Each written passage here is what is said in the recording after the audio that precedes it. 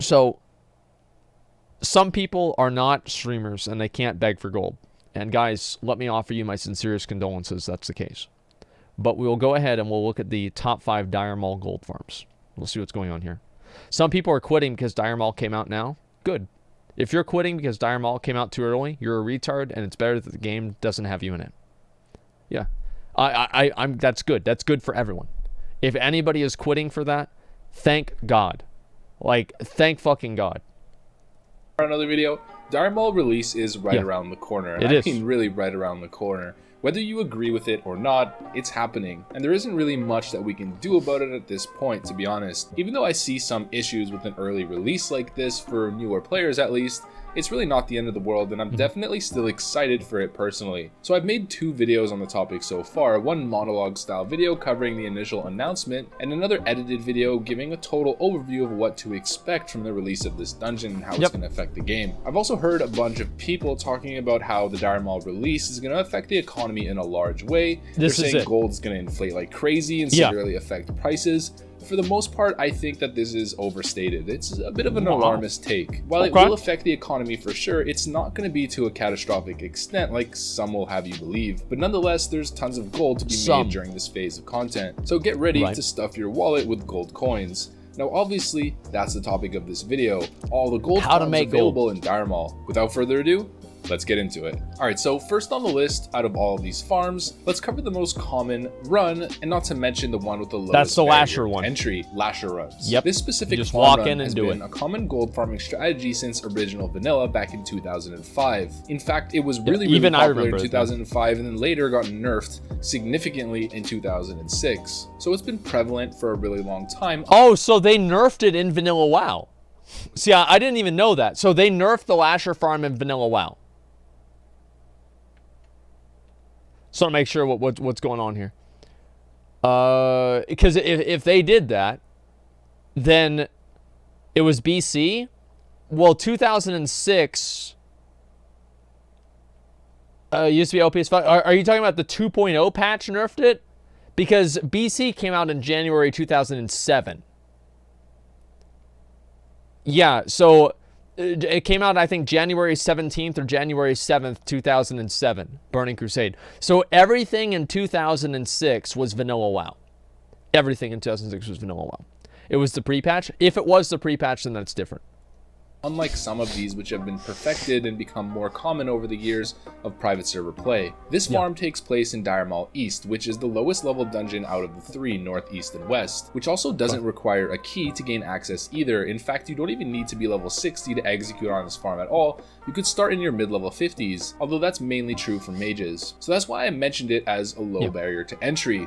Not to mention that the farm is really simple to execute. So right as you enter DM East, you're perched over a courtyard with massive overgrowth protruding through the gap. It's easy. Down in that courtyard are a ton of plant-based enemies. The packs that we're looking for down there are the Lashers. They're big groups of little sapling-type creatures scattered across the entire courtyard floor. The idea is really simple. Go from pack to pack of Lashers, group them up, and AoE them down. Loot everything, and then reset. You can do this farm on most classes that can AoE. Mages, of course, are the best. Priests can do it with Holy Nova. Warlocks can do it with Voidwalker Sacrifice. Look at his character name. Eat my dick. Pyroclasm and Voidwalker I like that a lot. AoE taunt. Perfect a mix between Hellfire and Rain of Fire. Paladins can do it. Maybe Shamans with their AoE Blast Totem, possibly. I'm pretty sure. I could try this on my Warlock. Maybe a Geared Warrior can do it as well, but don't take my word on it. Oh, I don't know about that. Warriors suck. Due to the loot table on these Lashers.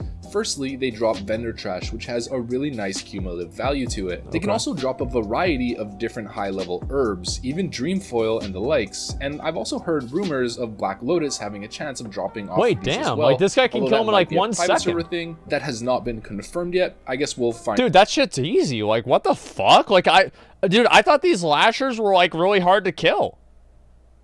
No. You just go and AoE them. Is this good for leveling? I guess probably not, because you'd aggro the other mobs though, right? So like you couldn't really do it for leveling. You had to do it if you're 60. So I guess that kind of does make sense. And out with the release of classic Dire Maul. And they also drop living essence at a really nice 52 plus rate, is good. which right now are selling I think for around 8 gold on my server. I had no idea. And have an even higher value once AQ40 comes out due to the heavy need for nature resist gear. Oh, and of course not to mention that they have a chance to drop epic items and just items in general. So this is a really solid farm. You get a ton of vendor trash and nice little perks on these top mobs of that are easy as well. as fuck Here's to kill. another one that involves a very similar path in the same exact dungeon, Dire Maul East. Is this the dogs? It again involves dropping down into the courtyard down below, but on this farm we're going to be ignoring all of the mobs on that floor level of the courtyard and wrapping alongside the walls until we reach the tunnel leading to the mid portion of the dungeon. I want to see this warrior do damage. This is called jump runs, which are generally not done as a solo farm, but rather something that you do in a 2 to 3 man group, ideally 2, so you can split the profits a little bit better. This run is more similar to Marathon solo farming, where you're going through the dungeon, avoiding most of the trash, pretty much all of the trash, and pinging specific bosses for vendor blues and pre-raid items if you need them. So you'll jump down there and work your way around the walls like I just stated until you get to the tunnel. Then make it into Hydro Spawn's room where you can just quickly finish him off, although beware of the knockback as to not aggro extra mobs by being so that's just like skipping then trash. You work your way to the Satyr boss, and it's really important to have an interrupt here, so make sure one of the 2 people can interrupt the ability. I have a feeling that we'll be able to handle it. Survive through the sacrifice ability since it heals him, although it kind of makes it a lot less efficient. Then once he's dead, you go back to the courtyard and talk to this mega tree dude, and he'll open the door to the last boss's room. That's you the guy in the jump middle. Onto this pillar, jump down, and then execute the final boss of the dungeon. Now, if you want to make this farm way better, it's really useful to have mining or herbalism near max. Oh yeah, the mine those things on the way back. There's Way mushrooms outside. all over the place on your way, which sell for a really nice amount, pretty much 1 gold plus each. And behind the final boss in his room, you've got a carved out tunnel which leads outside of the dungeon. There's a chance for 2 to 3 thorium nodes that can spawn. I feel like they're like always rich thorium too. That's the best part about it. Being the most lucrative. Watch, he's gonna get an arcane crystal in the entire game right here. Watch. So guaranteed thorium for potential arcane crystals as well as dense stones alongside it on an instance lockout, meaning there's no competition, is very nice. It's insane. Not to mention the tunnel leading out basically just brings you back to the entrance, ready to reset the instance and just go over and over again in that nice little loop. You don't have to have an alt or a friend in your group and then log out for him to reset. So I want to show you guys these methods, and here's actually now. The 100 IQ is showing gold farming videos for content. But here's the 200 IQ. Showing the gold videos for content and for my viewers to watch them and then participate in these methods and then trade me the gold that they receive from these methods later on. That's what we're doing this for, okay, guys? I want to make sure everybody understands this. There is a goal here.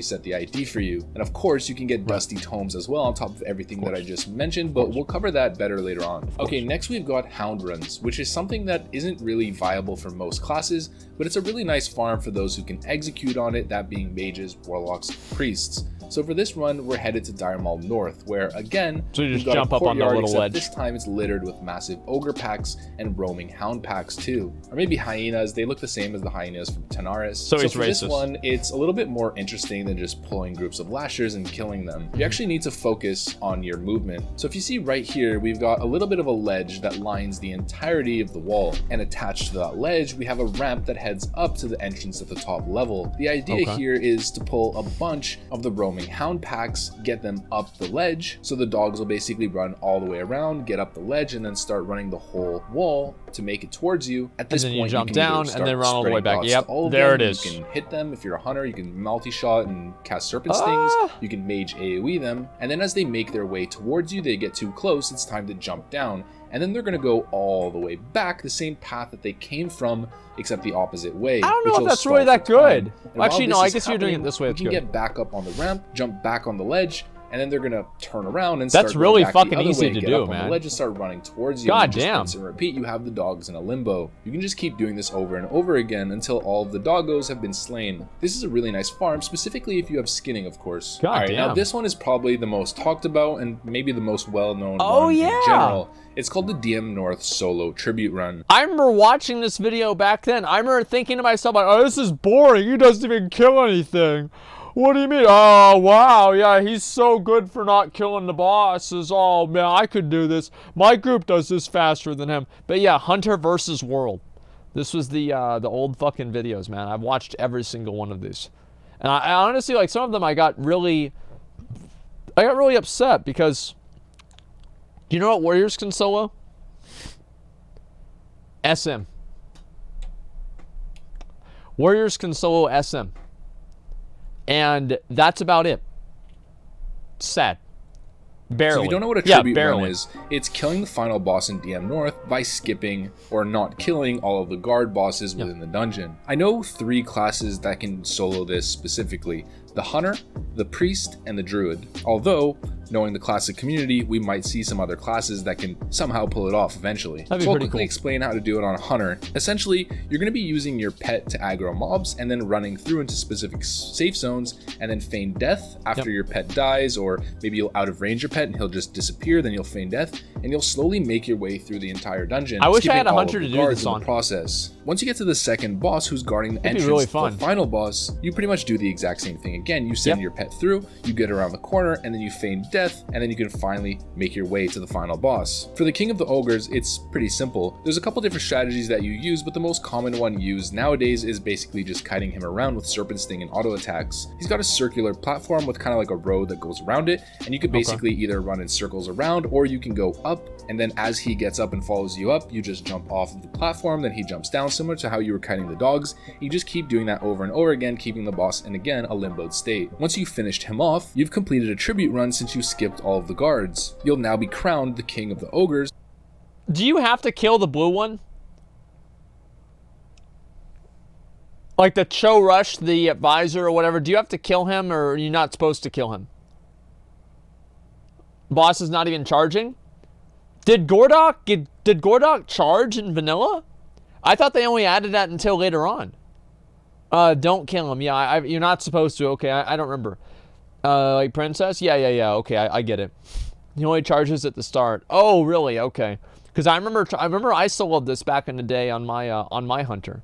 See, this is like yeah. Where is it actually? Let me see if I can pull that up. I'll show you guys. I remember I did a Hunter solo video challenge, and I went through every single dungeon in the entire in the entire game, and I soloed every single one. Let me show you guys here, okay? All videos, popular clips, recent highlights, and uploads. Okay, let me see if I can find it here. I'll scroll down. I need to start highlighting all my videos, man. I'm really lazy about that. Let me see if I can find it here. Highlight, where the fuck is it? I try to highlight all my streams, but sometimes I forget. Yeah, here it is right here. McConnell versus Dire Maul. I named my character McConnell. Where is it? Yeah, right here. See, I soloed King Gordok, and he was level 47. Look at me right here. Like, that's how good I am at the game. So all of these hunters, like, this is the true skill of a current WoW player here. The true skill, yeah, I'm sitting there soloing. It's 1 in the morning, soloing King Gordok for literally no fucking reason. Like, there's absolutely no reason at all for me to want to do this. And I'm just beating his fucking ass. It's kind of funny that you can solo it faster now at like level 40 or whatever than you could back in vanilla WoW. But I remember doing this. It was a really fun stream. It took me like 8 hours to go through all of Dire Maul. So the entire instance will become friendly to you, and you can claim the tribute bounty. So you get the loot off the final boss, and you get the 3 blues that drop off of the chest. That is plus insane. Health pots, mana pots, food, water, and also a chance at a green. So that's really nice gold value to begin with. Just the mana potions, if you get 5 of them, is like 15 gold. Look at all that fucking stuff, dude. It's very common to get 3 to 5 mana potions in one chest. Now, after you claim kingship of the ogres, you can now run through the entire instance without aggroing anything because you're the king and everything is friendly to you. This is when you start looking for dusty tomes, so you can go around on your way out and look at all the spawn locations for dusty tomes and maybe even get supplemental gold gain on top of your farming. Damn, I never even knew that. Wood buffs, which allows you to farm. That's a little bit of a bonus. Druids will do this same thing, basically just by stealthing through and then casting Moonfire and Insect Swarm on the boss and just kiting him around. And Priests, I'm not exactly sure how to do it, but you guys can Google DM North Tribute Run Priest and you'll figure it out. This is widely known as the best gold farm in the entire game, at least from my knowledge. I'm not sure if there's anything better. It seems but really I've seen good. Crazy claims of like 100 gold per hour for hunters. Also keep in mind if you're not one of the classes, hunter or druid. Well, the best thing about this, right, is like you do the run once and then you have the buffs and then it makes it easier to do the run again. Like, it's actually really fucking badass that you can do that. It's like a snowball. Like, not really a snowball, but like, you know, after you do it the first time, it becomes easier the second.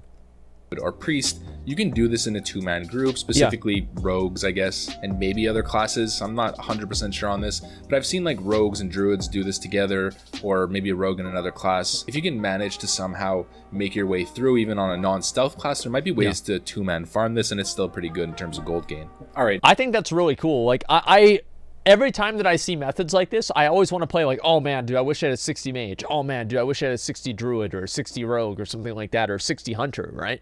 And I feel like that's one of the coolest things about Classic is the fact that like these classes have these abilities and these things that they can do that really makes it interesting, and like people get excited to play these other classes. And that's something I don't really feel like people have in retail WoW anymore. They're just like, yeah, whatever. But in Classic, like all of these little cool things that the classes could do made them unique and make people want to play them. Except Warrior.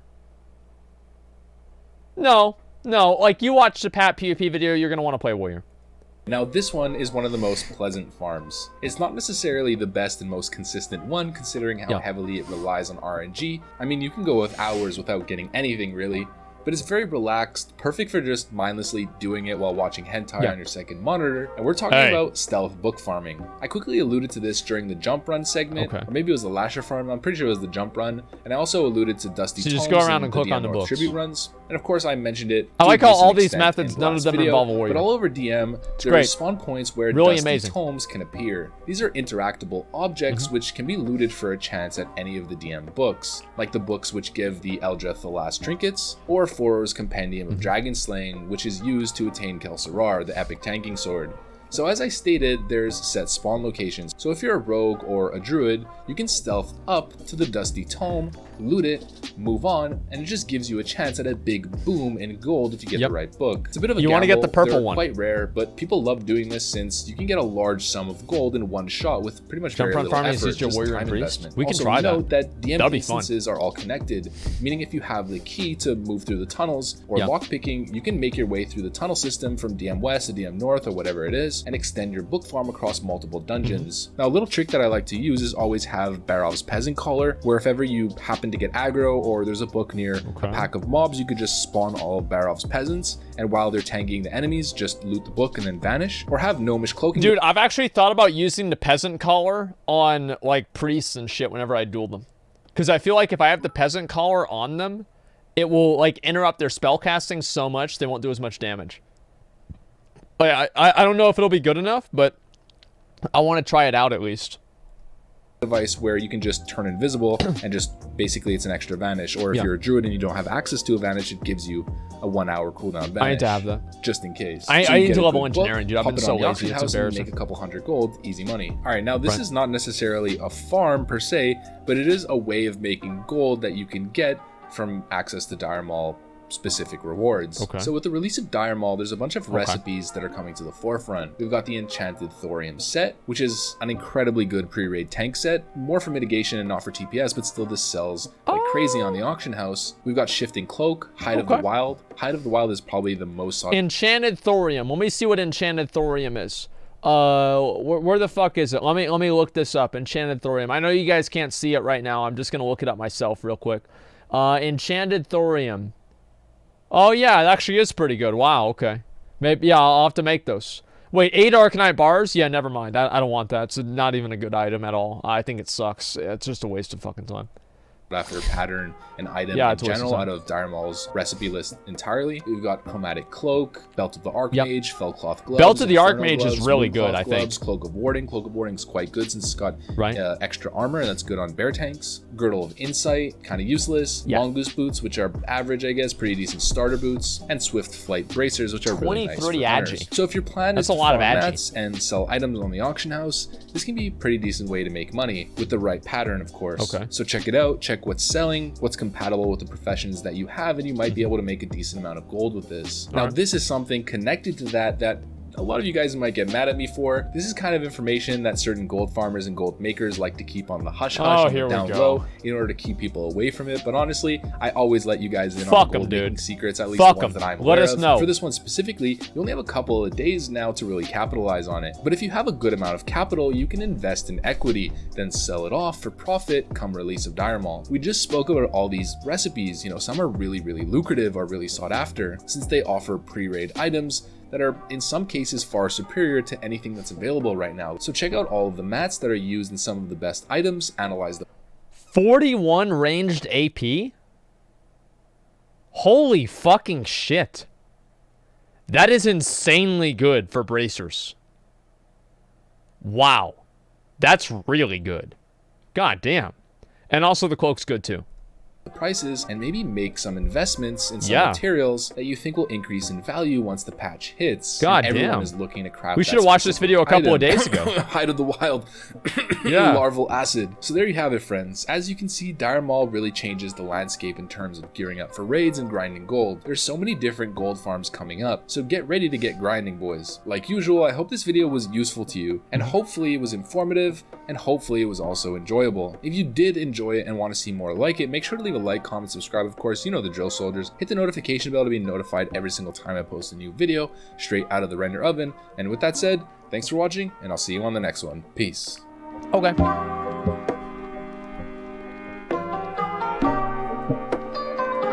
All right. So it's a good video. I'm not logged into YouTube, so I can't really look at it. But I think this is a good video. So guys, make sure that you're doing these methods of farming. I need as much gold as possible if I want to be able to afford or farm out one of these Forer's Compendiums of Dragon Slaying. So if you guys want to farm out the gold and make all that happen, okay?